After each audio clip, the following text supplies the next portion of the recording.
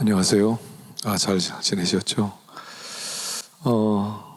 오늘 제 5강 문화 형식과 의미 또 개인의 문화에 대해서 강의를 하기 전에 먼저 코로나19 우리에게 주시는 하나님의 말씀을 한번 상고하고 또 들어가도록 하겠습니다. 요즘 코로나19 때문에 우울증 환자가 굉장히 많아졌다고 합니다. 남자들보다 여자들에게 더 많아졌다고 합니다. 그래서 10대와 20대 사이에 굉장히 많은 사람이 우울증에 걸렸고요. 특별히 공황장애가 급증하고 있다는 것입니다. 우울 과잉 시대라고 부릴 만큼 눈에 보이지 않는 아주 심각한 그런 고통을 많이 겪고 있는 것 같습니다. 이런 우울증에 걸리면 제일 먼저 열정을 상실한다고 그러죠. 의욕 저하, 일하고 싶지 않고요. 그러니까 한마디로 어떤 힘을 빼앗긴다는 겁니다. 그런 시대를 우리는 살아가고 있습니다. 오늘 요한복음 1장 15절부터 2장 11절까지 보면 잘 아는 얘기예요. 예수님께서 갈릴리 가나 혼인잔치 집에서 포도주를 만들어주는 이야기입니다. 굉장히 중요한 의미가 있죠. 저는 제목을 이렇게 붙여봤어요. 기쁨의 창조자 예수. 자, 1장 마지막 부분은 이렇게 기록되어 있죠. 1장 51절에 보면 또 이르시되 진실로 진실로 너에게 이르노니 하늘이 열리고 하나님의 사자들이 인자 위에 오르락 내리락 하는 것을 보리라 하시니라 하고 바로 갈릴리 가나의 혼인잔치가 시작된다는 것입니다. 자, 그래서 이 요한복음 1장 51절에는 이 말씀은 뭐냐면 여러분 잘 아시는 대로 그 야곱이 베델에서 하나님을 처음으로 만나죠. 그래서 하나님을 만나서 거기서 그 하나의 환상 가운데 하나의 꿈을 꾸었는데 하늘과 땅이 연결되고 천사들이 오르락 내리락 하는 것을 보았단 말입니다. 바로 이것을 예수님에게 적용시키는 내용이 요한복음 1장 51절이라는 거죠. 그러니까 이게 무슨 얘기냐면 야곱이 보았던 환상은 뭐냐면 하늘과 땅이 이어지는 환상이었어요. 자기의 후손으로 오실 예수 그리스도, 그가 무슨 일을 하시냐면 그가 오셔서 하실 일을 하늘과 땅을 연결시킬 분이시다. 그 꿈을 꾸었는데 그 꿈이 요한복음 1장에서 성취되고 바로 2장에서 그분이 지금 그 일을 하는 것을 보여주는 것입니다. 그러니까 사람은 죄로 말미암아 하늘과 땅이 끊어졌어요. 그러니까 이 땅은 저주 가운데 있다는 겁니다. 이 땅은 결핍 속에 있다는 겁니다. 하늘과 땅이 연결되어서 하늘의 놀라운 은혜를 이 땅이 입어야 살 수 있는데 그 하늘의 은혜를 입지 못하는 땅이 되었다는 거예요.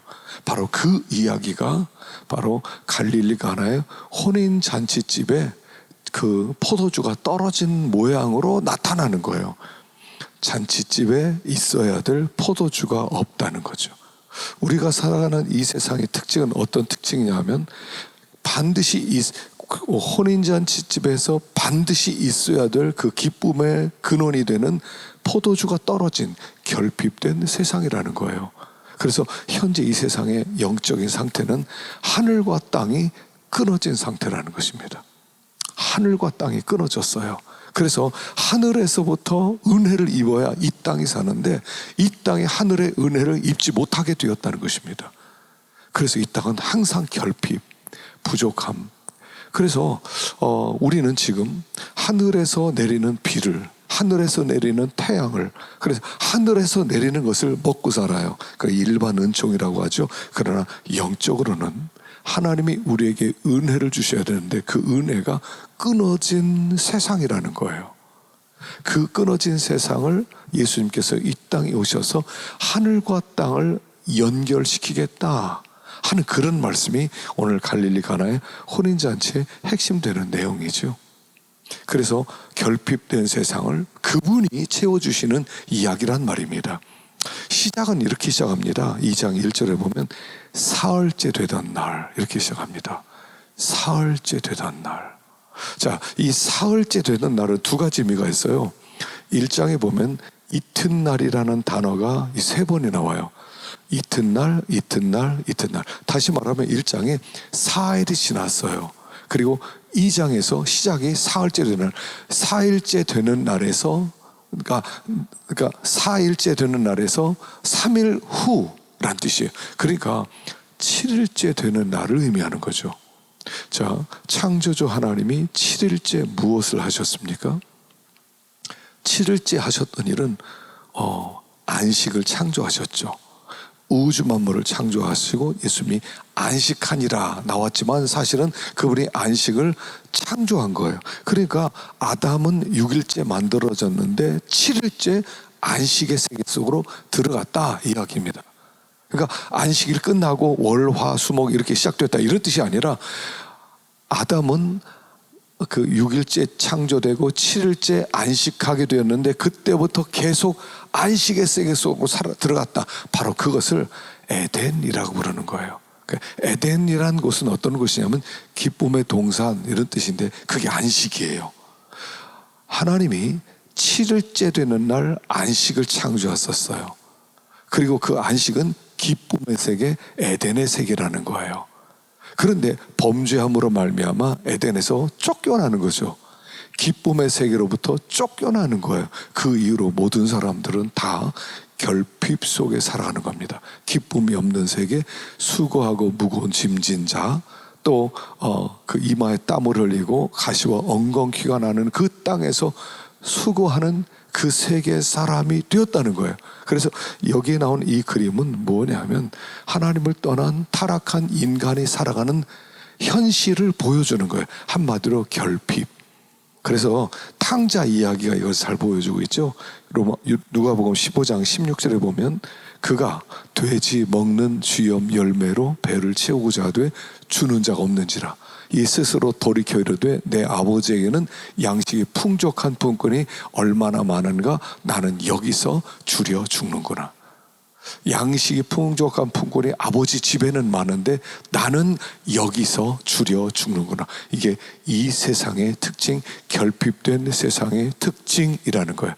그런데 7일째 되는 날 그분이 찾아오셔서 안식을 다시 회복시키는 이야기가 물이 포도주가 변하는 사건입니다. 바로 이게 안식을 회복하는 이야기. 근데 어떤 방법으로요? 두 번째 의미는 사흘째 되는 날의 두 번째 의미는 아시죠? 예수님의 십자가 부활을 예표하는 거죠. 그래서 예수님이 십자가 죽으셨다가 3일 만에 살아나심으로 말미암아 십자가 부활로 하나님이 결핍을 다시 채워주시고 하늘과 땅이 끊어진 것을 연결시켜 주시고 그리고 우리를 충만케 하시겠다 하는 메시지가 이 사흘이라고 하는 단어 속에 들어가 있는 것이죠. 또 한 가지 혼인잔치집이라고 그랬죠. 혼인잔치집. 그러니까 혼인잔치집이라는 것은 뭐냐면 예수님께서 이 땅에 신부 찾으러 왔다는 거예요. 예수를 만나서 예수의 신부가 될 때 비로소 우리는 새 포도주의 삶, 기쁨의 삶을 누릴 수가 있다 하는 것을 보여주는 거죠. 그래서 오늘 우리가 이 본문을 통해서 기쁨이 없는 우리에게 어떻게 진짜 기쁨을 회복할 것이냐 하는 그런 말씀을 하고 있는 것입니다. 자, 어떻게 그러면 이 기쁨을 회복할 것이냐? 자, 4절 한번 보면 3절 끝에 보면 포도주가 떨어진지라 예수의 어머니가 예수에 이르되 저들에게 포도주가 없다 라고 말합니다. 자, 첫 번째 어떻게 포도주를 회복합니까? 첫 번째 예수님께 나와야 된다는 거죠. 예수님께 나와야 돼요. 예수님 밖에 이 문제를 해결할 사람은 없어요. 어디 가서 포도주를 사오겠습니까? 뭐 그렇게 많은 포도주를 파는 데가 있었을까요? 잔치 앞두고 엄청난 시간을 걸려서 포도주를 만들었을 텐데 포도주가 없었을 거예요. 그래서 이 문제를 위해서 예수님께 나왔다 하는 것입니다. 그래서 우리가 먼저 문제가 있을 때는 예수님께 나와야 돼요. 기쁨을 해결해 줄 수 있는 분은 예수님 밖에 없는 거예요. 우리가 기쁨이 없을 때 세상으로 찾아갑니다. 나에게 기쁨을 줄 사람이 없을까? 나의 외로움을 달래줄 사람이 어디 없을까? 나의 결핍을 채워줄 사람이 없을까? 우리는 동분서주하면서 좌우를 살핍니다. 사람을 찾아요. 이 문제를 해결해 줄 어떤 사람이 없을까? 사람은 없어요. 기쁨의 문제에 관하여 해결해 줄 수 있는 분은 주님밖에 없어요. 우리가 기쁘기 위해서 세상으로 막 달려가요. 클럽으로 막 뛰어가는 사람도 있죠. 뭐 노래방으로 가기도 하고 PC방으로 가기도 하고 사람을 만나기도 하고요. 그런데 그들은 기쁨의 해결자가 아니에요. 여러분, 그 철로역정에 보면 기독도가, 크리스찬이 이제 철로역정, 천성을 향한 길을 가죠. 그러다가 허영의 도시를 만나게 됩니다. 그리고 허영의 도시에 들어가 보니까 거기에 사람들이 얼마나 많은지 몰라요. 그런데 거기에 모든 것들이 다 팔아요. 모든 것을 다 팔아요. 안 파는 게 없어요. 그리고 사람들이 막 유혹을 합니다. 이거 사세요. 이거 사세요. 이거 사세요. 이걸 사면 당신은 굉장히 행복해질 거예요. 이걸 사면 당신은 굉장히 기쁠 거예요. 이것을 사면 당신 보람을 느낄 거예요. 여러 가지를 팔아요. 안 파는 게 없어요. 근데 크리스찬이 가만히 살펴보니까 진짜 필요한 게 하나도 없더라는 거예요. 그래서 거기서 나오면서 이렇게 나오는 이유를 얘기하죠. 여기에 많은 것을 파는데 내가 진짜 찾는 것은 없습니다. 당신 뭐 찾느냐고. 난 진리를 찾습니다. 난 참된 기쁨을 찾습니다. 난 참된 사랑을 찾습니다. 나는 소망을 찾습니다. 그러니까 그런 건 여기 안 판다고.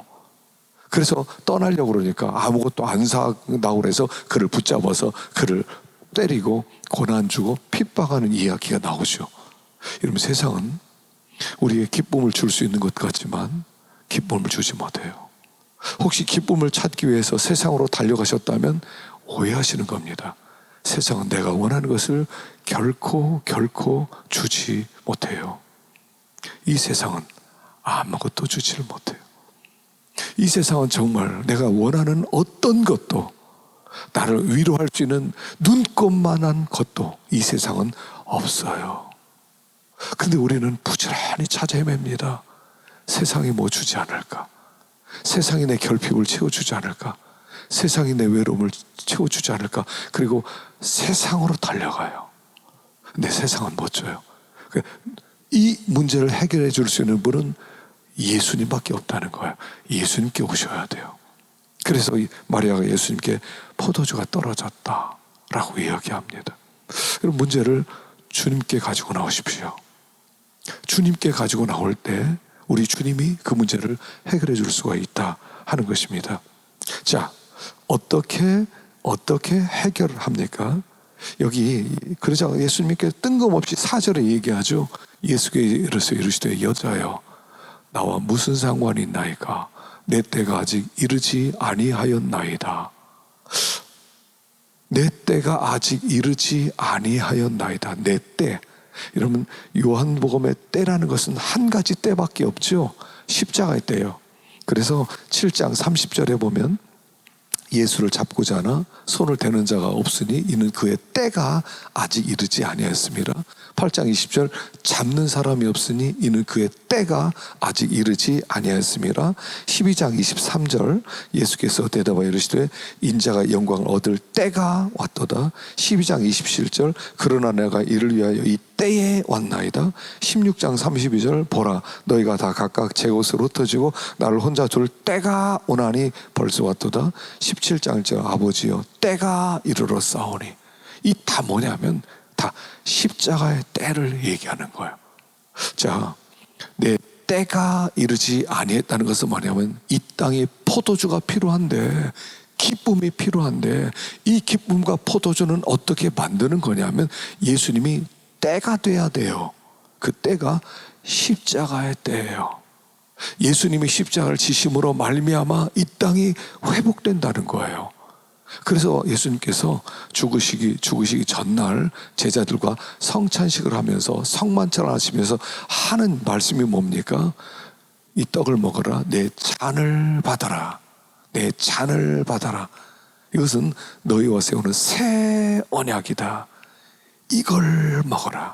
그래서 예수님이 십자가를 만난 사람, 십자가를 통해서 십자가를 만난 사람, 그 사람이 새 언약 백성이 되어서 새 기쁨을 누릴 수가 있다 하는 그런 말씀이죠.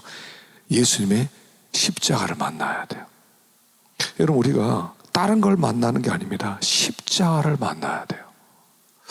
예수님은 어떤 분이세요? 십자가에 죽으신 분이세요. 예수님을 만나서, 예수님, 내가 지금 이런 문제 생겼습니다. 나 이런 문제 좀 해결해 주세요. 어떤 형제가 와서 내 형이 재산을 나누지 않습니다. 나 재산 좀 나누게 선생님 한마디 해주세요. 그랬을 때 예수님이, 누가 나를 재산 나누는 자로 삼았느냐? 난 재산 나누는 자가 아니다. 나는 그 문제 해결하러 오지 않았다. 내가 온 것은 너희들의 죄의 문제를 해결하고, 너희들에게 결핍의 문제를 해결하고, 너희들의 진짜 기쁨을 해결하기 위해서 왔다라고 하시는 거죠. 그래서 새 기쁨을 얻기 위한 두 번째 방법은 십자가를 만나야 돼요. 예수님이 십자가에서 죽으신 그 예수, 십자가에서 죽으신 그 예수를 만나셔야 돼요. 그래서 우리가 하나님 앞에 나오면 기도할 때 십자가로 시작하는 거예요. 기도할 때 다른 기도로 시작하는 게 아닙니다. 십자가로 시작하는 겁니다. 나를 위해서 죽으신 십자가, 주 달려 죽은 십자가, 우리가 생각할 때에 주 달려 죽은 십자가, 그 십자가를 지신 예수를 만나야 돼요. 이게 우리가 기쁨을 회복하는 두 번째 비결이에요. 그래서 첫사랑을 회복하라 그러죠. 처음 사랑을 잃어버렸느니라 처음 사랑을 회복해라. 그렇지 않으면 내 촛대를 그 자리에서 옮기리라. 주님이 첫 번째로 원하시는 것은 뭐냐면 바로 이거예요. 십자가를 회복해야 돼요. 이 시대 우리가 십자가를 회복해야 돼요. 자꾸 십자가를 묵상해야 돼요. 십자가 알죠? 예수님 나를 위해 죽으셨어요. 아니, 그런 십자가 아니라 진짜 나를 위해서 죽으신 십자가, 나를 살리기 위해서 나를 대신하여 고난받으신 그 십자가를 믿음으로, 마음으로 만나셔야 돼요. 그래서 우리가 그 깊은 세계로 자꾸 들어가야 됩니다. 그 세계로 들어가서 주님이 나를 위해 죽으셨구나, 주님이 나를 살리셨구나, 주님이 부활하셨구나, 이것을 영으로 만나야 돼. 지식으로 만나는 게 아니라. 지금 사람들 자꾸 지식으로 만나거든요. 예수님 나를 위해 죽으셨어요. 예수님 나를 살리셨어요. 그래서 내가 구원받았어요. 지식으로 자꾸 만나요. 지식으로 만나는 게 아니라 영으로 만나란 말입니다. 십자가를 많이 묵상하세요. 기도를 시작하면 십자가로 시작하세요. 주님이 십자가보다 더 큰 말씀이 없는 것입니다. 그래서 십자가에서 죽으신 예수, 그 예수를 만나봐야 돼요. 그 살과 피를 받아 먹어야 돼요. 우리가 항상 예수님을 생각할 때는요, 죽으시기 전날로 가야 돼요. 주님이 우리에게 떡을 주시면서 너를 위하는 내 살이다, 하늘의 떡이다, 먹어라, 영생할 거다. 이 피를 받아 먹어라. 내가 너를 위하여 흘리는 피다 라고 우리에게 하나님이 주시는 거죠. 그걸 받아 먹는 거예요. 그래서 여러분, 기독교는요 십자가예요. 십자가 놓치면 아무것도 없어요.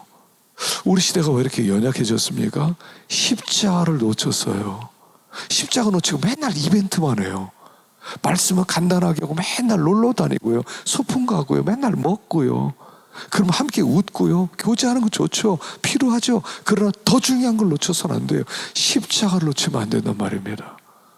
그래서 기도할 때요, 주님이 나를 위해서 죽으신 십자가, 하나님의 진노를 받으신 십자가, 그 십자가를 곧게 붙드는 거예요. 그 십자가를 놓치면 안 되는 거죠. 그래서 십자가를 자꾸 묵상해야 됩니다. 나를 위해 죽으신 십자가. 예전에 그 조정민 목사님, 베이직교회 조정민 목사님이 설교하면서 그러더라고요. 그 십자가를 자꾸 묵상하다 정말 십자가를 한번 내가 내 십자가 되도록 하기 위해서 어느 날 벽에 자기 손을 펴고 그냥 1시간 동안 서 있었대요. 주님 나를 위해 죽으셨습니다. 내가 그런 죄인입니까? 우리는 다른 사람이 죄범했다, 누가 그랬다면 손가락질하지만 내가 그보다 더 큰 죄인이라는 것은 생각하지 않잖아요. 요즘 제가 이제 교회 기도원을 이렇게 다니면서 쓰레기 정리를 합니다. 그동안 제가 기도원을 못 돌봤거든요. 그래서 이제 제가 이제 제 아내랑 시간 나는 대로 그냥 가서 기도원 청소합니다. 정리합니다. 뭐 곳곳에 뭐 쓰레기가 그렇게 많이 있어요. 그 와서 또 태우고, 나무가 저쪽에 또 그 막 깊은데 그냥 그 예초기로 제거하다 보니까 나무들이 숨어 있고, 그러면 나무들 끌어다 또 태우고. 근데 거기 소각로가 있는데 소각로가 가득 흙으로 채워져 있어서 역할을 못했어요. 그래서 제가 소각로를 긁어내기 시작했어요. 그랬더니요, 거기에 별별 게 다 나오는데 성면이 반은 성면이에요. 누군가 거기다 성면을 갖다 묻은 거예요. 그리고 다 덮어놓은 거 다른 걸로. 성면은 이게 완전히 발암물질 아닙니까? 제 1번 아닙니까? 굉장히 많아요. 큰 양이더라고요. 그걸 제가 다 긁어내기 시작했어요. 그러면서 이런 생각이 들었어요. 하나님, 숨겨진 내 죄가 이보다 못하겠습니까? 여러분, 숨겨진 우리 죄가 그보다 못하겠습니까? 예수님이 십자가에 죽으신 이유가 뭡니까? 죽으신 이유가 내 죄 때문이에요. 그러면 얼마나 흉악무도한 죄인인지 알잖아요. 하나님이 저 십자가 죽여라 할 만큼 죄인이라는 거예요. 그 죄를 하나님 앞에 낱낱이 회개하고 자백하는 거죠. 그 십자가로 회복할 때 우리는 기쁨이 찾아오는 거예요. 첫째는 근원, 문제 해결의 근원이 예수님께 나가고, 두 번째는 바로 십자가, 바로 십자가를 깊이 묵상하는 겁니다. 자기의 죄를 내놓는 거죠. 자, 세 번째예요. 세 번째는 뭐냐면 6절에 이런 말씀이 있어요.